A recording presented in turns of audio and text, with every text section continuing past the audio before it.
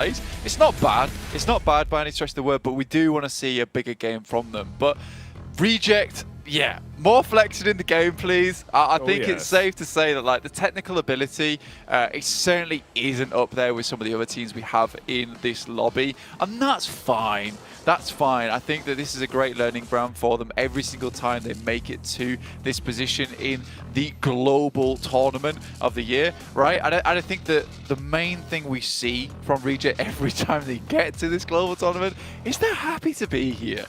You know, we see some of these teams that look a little bit downtrodden, they look a little bit nervous, but even on not the greatest of games, you're seeing Reject keep that mentality high, and I think that's really important, because you will see some teams that technically, once again, are better than Reject, just do so much worse than them because they don't keep that mentality on board, right? They crack early on.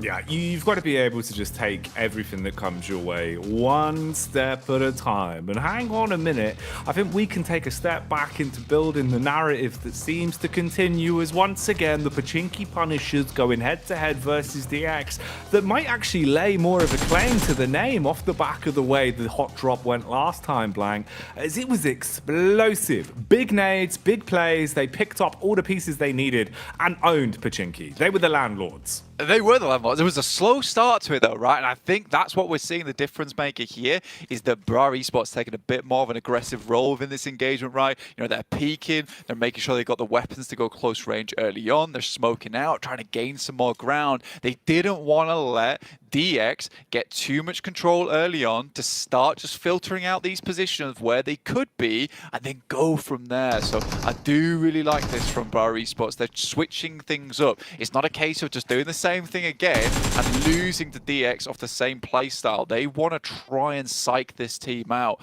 So again, this could go either way. I like the initial playstyle from Bar Esports, but I do think that DX has once again slowed things all the way back down, which is exactly what they want. With Chua just handling this nade on the side here could be deadly. Yeah, that's what my eyes were already honed in on as well. The second you see him being able to find a little bit of utility, same could be said for the other side. It's Bra Esports bouncing that back up. That's a lot of information, Blank. Now you know they're a little bit more fragmented, and they're starting to turn up the tempo with it. Might have actually caught him under contact. Doesn't get close towards the door. Playing on a windowsill himself, so he can drop off if he pushes in. Weaponry-wise, it's the SMG versus the Shotty as well. He might be introducing them to his friend Big Papa Pump, but he misses the first shot, hits it on the follow-up, but it's too little too late. The trade game works out well for Bra. Immediately looking for the refrag there is Kakali. I like that from him. You know, spots out these players. Lamborghini's got a long nade, so they get themselves down the stairs. This is so well done coming through from Bra Esport there. They even go for the refrag. They know they don't want to peek it on their lonesome. As soon as they got that information, off the back of that nade, Jackie, they knew there was a player up there. They isolated him. It wasn't quite the double nade over the top side to blow him out of the water, but it still did the trick. So I really do like that coming from Bra. And this is what makes you a good team that can make it to the PMGC. It's being able to switch things up on the fly, right, with a snap of your finger. If you desperately want Pachinki, you want to hold this spot, you can't show DX the exact same thing as last time. You've got to show that you are not human in that sort of situation where you do have the fallbacks to go to. You're not instantly just going to have the previous emotions from last time clouding your thought process. So you're right. The adaptations, really quite nice to see. Loop's here. Hello. He's in the field and he's found himself some Rosemary he wants to pick. Very rude, Blank, stealing it away. Yeah, it's a cheeky pickup there over towards Rosemary. Pretty evil pick as well, but that's a nice play coming from Loops. I think they knew the general area that these guys were going to be in. Cardozo just stepping up for one easy elimination. You will take that. That's going to send you a little bit further up the leaderboard for practically free as well.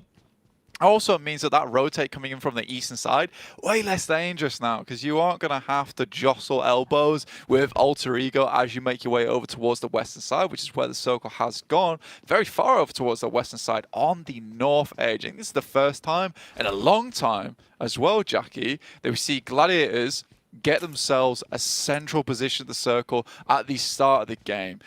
Over in their region, they did not see a lot of these types of circles. A lot of them were heading down towards the south side, towards Millie, down towards the southeast. I think that some of their games are excusable because of that. Some of them just absolutely weren't. But this is an opportunity now to really show up and perform. This is a fantastic gift you've been given. If Gladiators can't perform on this match, I think we have to write them off until they start bringing something to the table, because it's been too long now where we've said, just wait till the end of the tournament. They'll pop off then. It never happens these days. No, yeah, you can't subscribe to that kind of mantra anymore. You know, it feels like something sort of changed for the squad, really, where if they start to snowball in a negative manner where they're not picking up the early points, they're not being able to get themselves honed in early, it's not going to change easily. So at least here, having the blessing of the circle on your side, it can make the difference for them. They're not fighting from the back foot, which we've seen twice in a row now, where the rotations have been a little bit uncomfortable for them.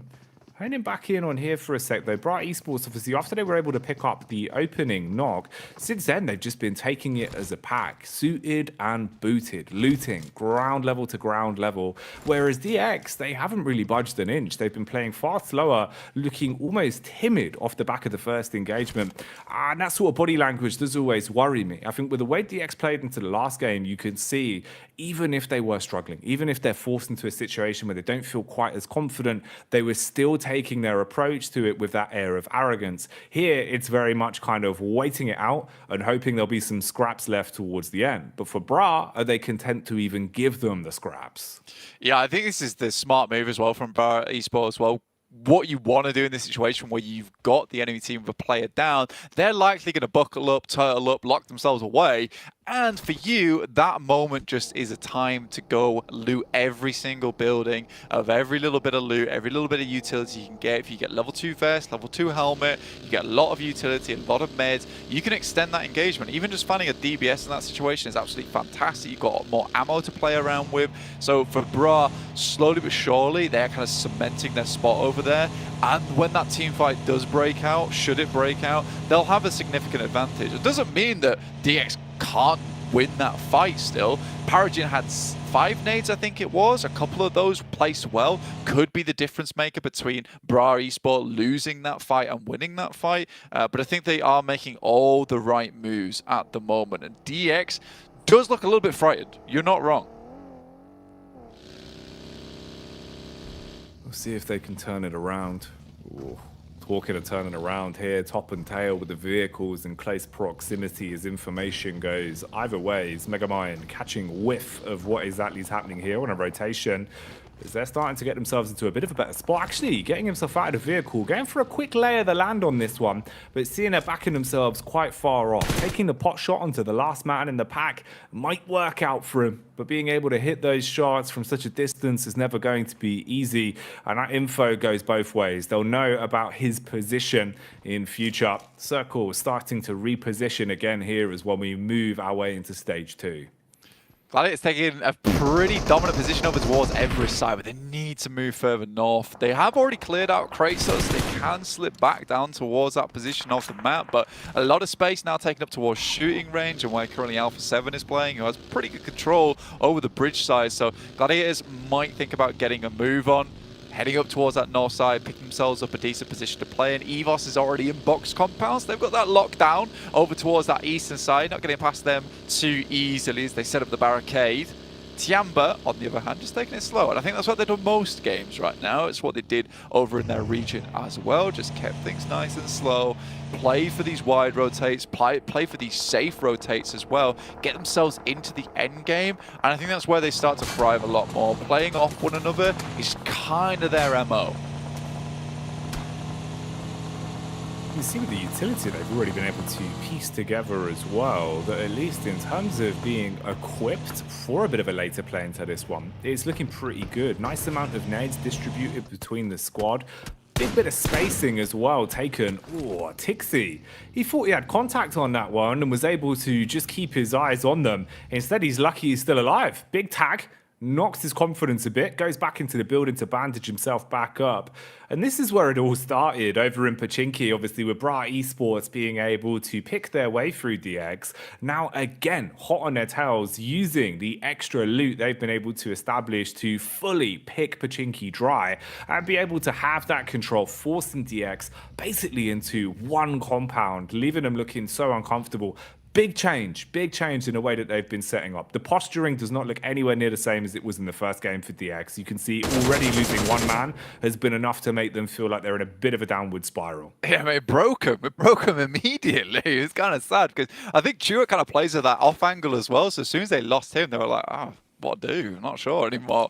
And I did like the way that Bra Esports goes for it as well, because what they do is they take out all the buildings close to them in terms of the loot. Then they fan out, take the outer edges. So even if DX wanted to leave whilst they were clearing those outer edges of Pachinki, there was no loot remaining in that area. You can see they still have the double pump shotgun on board. Really not a lot to work with. Lamborghini does find himself a DBS though, which is fairly ideal.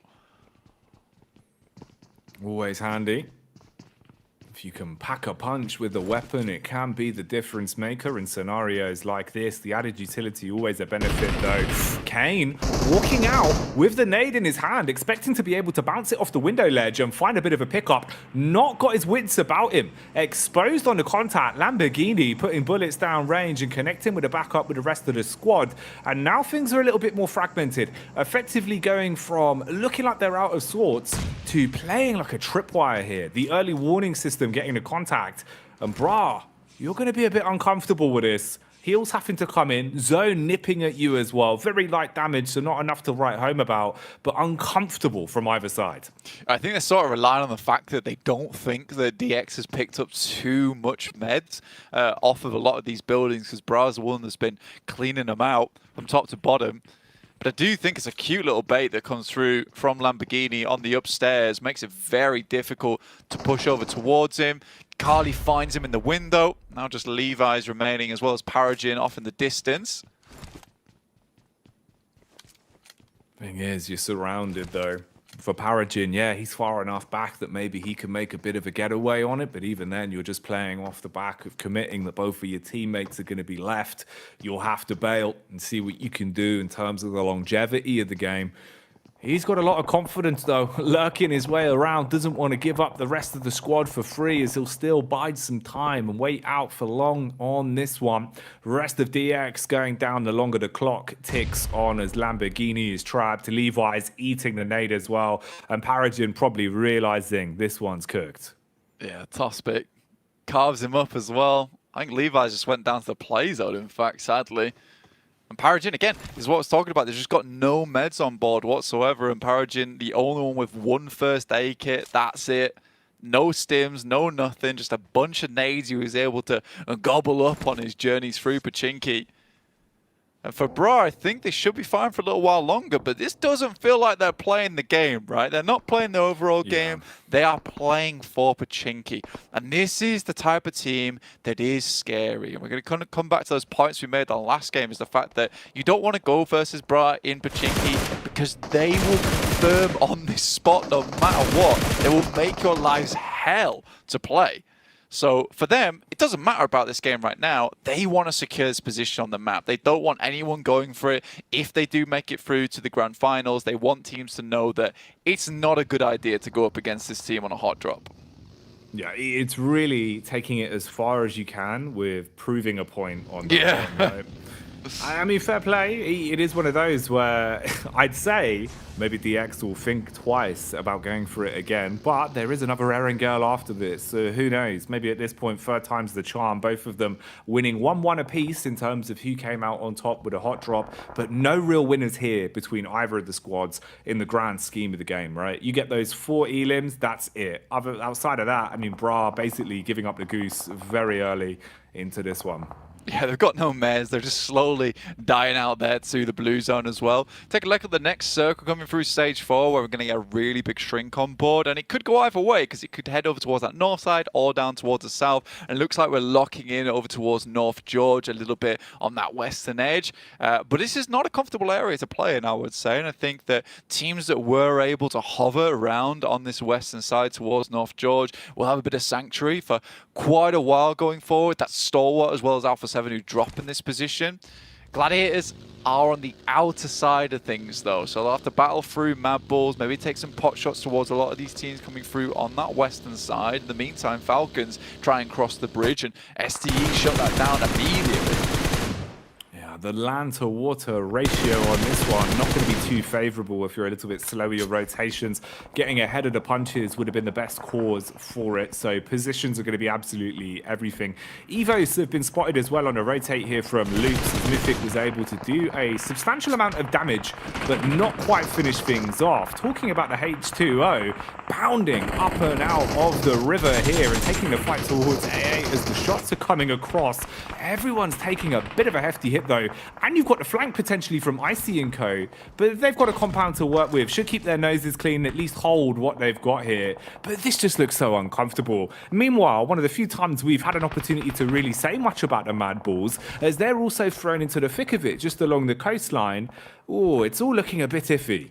It's actually not a bad position for Mad Bulls, right? You get to control the bridge side. They can play underneath the bridge, play just to the edge of it around the rocks. So it's a good spot to hold out a lot of teams. But again, it's not exactly a water gun in terms of a spray coming towards you. This is a flood of players on the way from that south side. It is a super, what was the Super Soaker? There we go. Super Soaker. This is a Super Soaker in terms of what's coming at you for the Mad Bulls that they're going to have to deal with. So I hope they don't mind getting their clothes wet a little bit, because it's going to be difficult to hold on to this position. But this is where they get some of that confidence back on board. And I appreciate they put themselves in a spot where it's not a case of, right, let's play this one safe. It's a case of, we're going to have to fight for our lives here.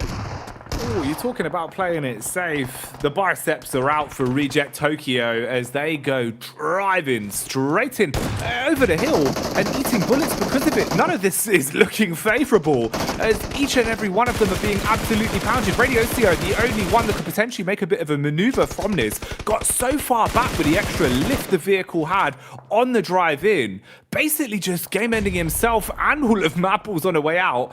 Even if you survive this, you're going to be thrown into such a rough position now. Fleek unleashing with a nades back, playing around the smoke. Frozen's on his last legs. OCO trying to go for the res on his teammates, seeing if he can at least salvage something from this one. But this is nasty. That was a confident play and a half.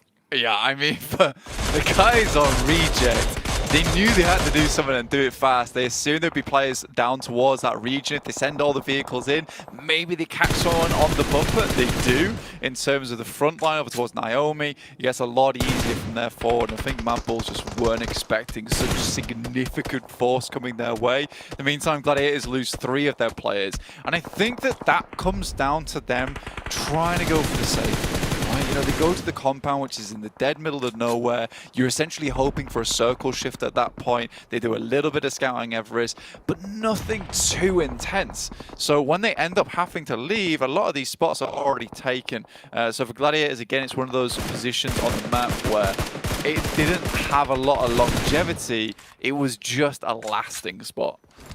Yeah, for Kitsune there, proving that the nine-tailed fox does not enjoy submersing himself into water, goes down and out, and Gladiators, again, wipes off the chalkboard, losing a lot of teams over the course of this one. But more importantly, if you look at the battle of attrition towards the right-hand side of your screens, you can see just how many squads are down on numbers. That's been a consistent trend throughout the day, where even if you're finding a little bit of survivability, everyone's being picked off blank. We're not seeing much in terms of the overall teamwork because the numbers are dwindling so early that the longer these fights go on, especially now into the 5th circle, it's so hard to play off each other. Hero plays have to win and lose you battles.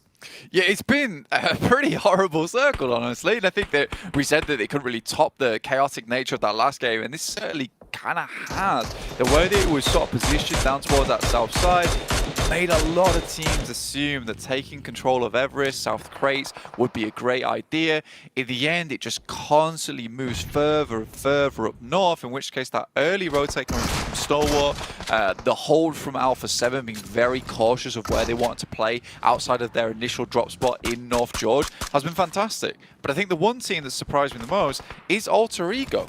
They have had a long journey from Lipovia to get here, which just goes to show teams that were dropping over towards the western side, Gladiators, had a chance to get here. They lost a player early, did Alter Ego, and they still fought for their position inside the circle. let's hone in on this for a second. The action that's going on in front of our eyes right here, because again, Nerzed is proving just how lethal he is. As a bit of a solo, whilst his teammates are patching themselves back up, he instigates a 1 versus 3, buys his time to wait for a rotate in to even have a 2 versus 1 fight to work with. And even then, he's just content to put bullets down range, keep advancing, taking map control off them, now looking for the last knock as he goes in with a bonnet, trying to just absolutely roam his way through them. It'll be Icy that shuts it down as Chopper is slain. But man, Stalwart, they're looking so aggressive. And that's 5 more elims to the total tally of points they've already been able to establish. Lest we forget they took the first chicken dinner of Group Green as well to start today. They are looking so good when it comes to individual confidence. Nerzed, I can't wait to see his stats towards the end of today. It just makes their life so much easier, right? When you've got players on this team, it's what we're talking right at the beginning of the day on the show, right? Is that Action Top, great players, but they needed more support.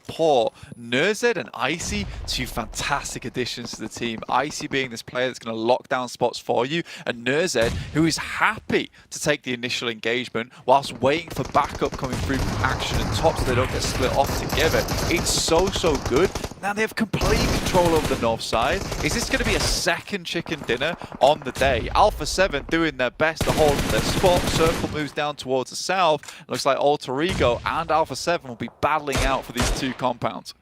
And that was Loops getting a blessing in disguise as well, because Madballs, or at least what remained of them, was so heavily focused on dealing with a last remaining solo that they eat so much damage. Loops just roam on in, couple bullets into the back, tidy up on that one. We've seen Loops having smart plays. They thrive in these ones, Blank. When they're able to just take the space that's created for them by Stalwart, they absolutely live for it. And we're getting closer towards that being the potential storyline once again. This time we do have all of Quest alive as well. Quest, it's been a bit hit or miss with their placements in terms of the way they've been able to start this. It feels like it's been a bit shaky towards the start. Having all 4 players here could be a bit of a boon for them. But again, you look at the spacing, you look at how far they've got to move, especially with the zone starting to nip at their heels when things tick away a little bit longer, and you have no clean map control. You've just got grass and trees in front of you, and then 4 players in 2 separate compounds that have their eyes honed in. One of them being Alter Ego, that have proven, even as a duo, can be absolutely devilish when it comes to the firepower.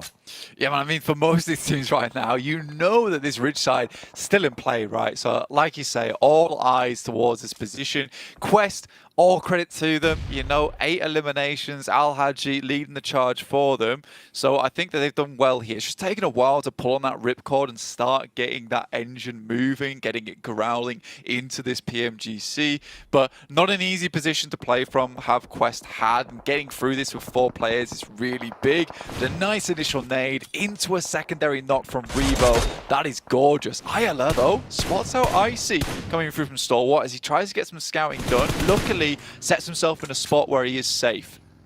Man, all eyes on Ayala as well. Some of the shots that he's been hitting, be it DMR or shotgun, he is always up for the task and has been so good in terms of his tracing and his flicking. And it's quite impressive. Normally you see those sort of aim styles not really, you know, translating too well for some of our players. You either excel in one and struggle a little bit on the others. He's an all-rounder, content to pick up whatever's in front of him and really find some good shots with it. So still being able to third party at the prime opportunities, adding a little bit more each time towards the Loops dominoes as they move on up to 6 eliminations from this. And this has caused issues for Stalwart, a side that looked like they were really the driving force behind the game, now being absolutely peppered, closing the gap in as they start to advance deeper towards this compound as well. Again, Loops unload onto them.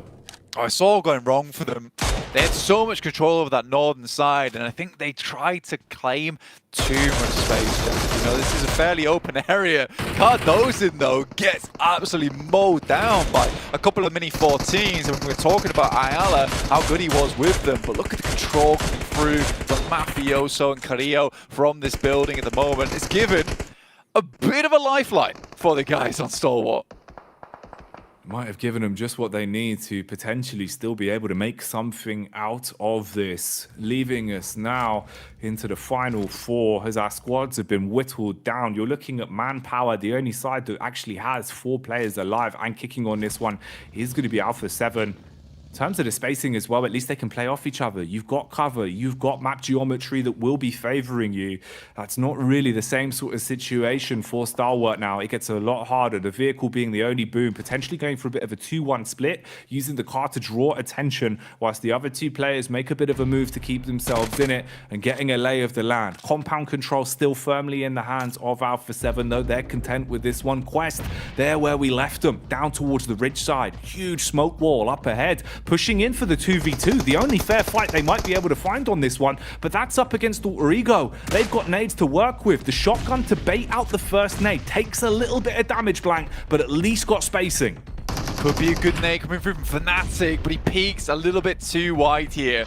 The second nade coming through from Octa has to be good. Has to prime it just right. Alpha 7 sends in over towards his position to finish off this engagement. Good nade from Easy that might just finish it off, and it does. But this was a smart play coming through from Alpha 7, honestly. They realize that there's still two players coming from Quest. They're over towards the western side. They allow them to head over towards Alter Ego. That fight's going to conclude on its own, with at least it being a two-player being left standing in the end game. But really fast rotations here from Alpha 7, getting into position as fast as possible to try and get this game sped up for them, whilst they know that STE is still currently licking their wounds over towards this northern edge.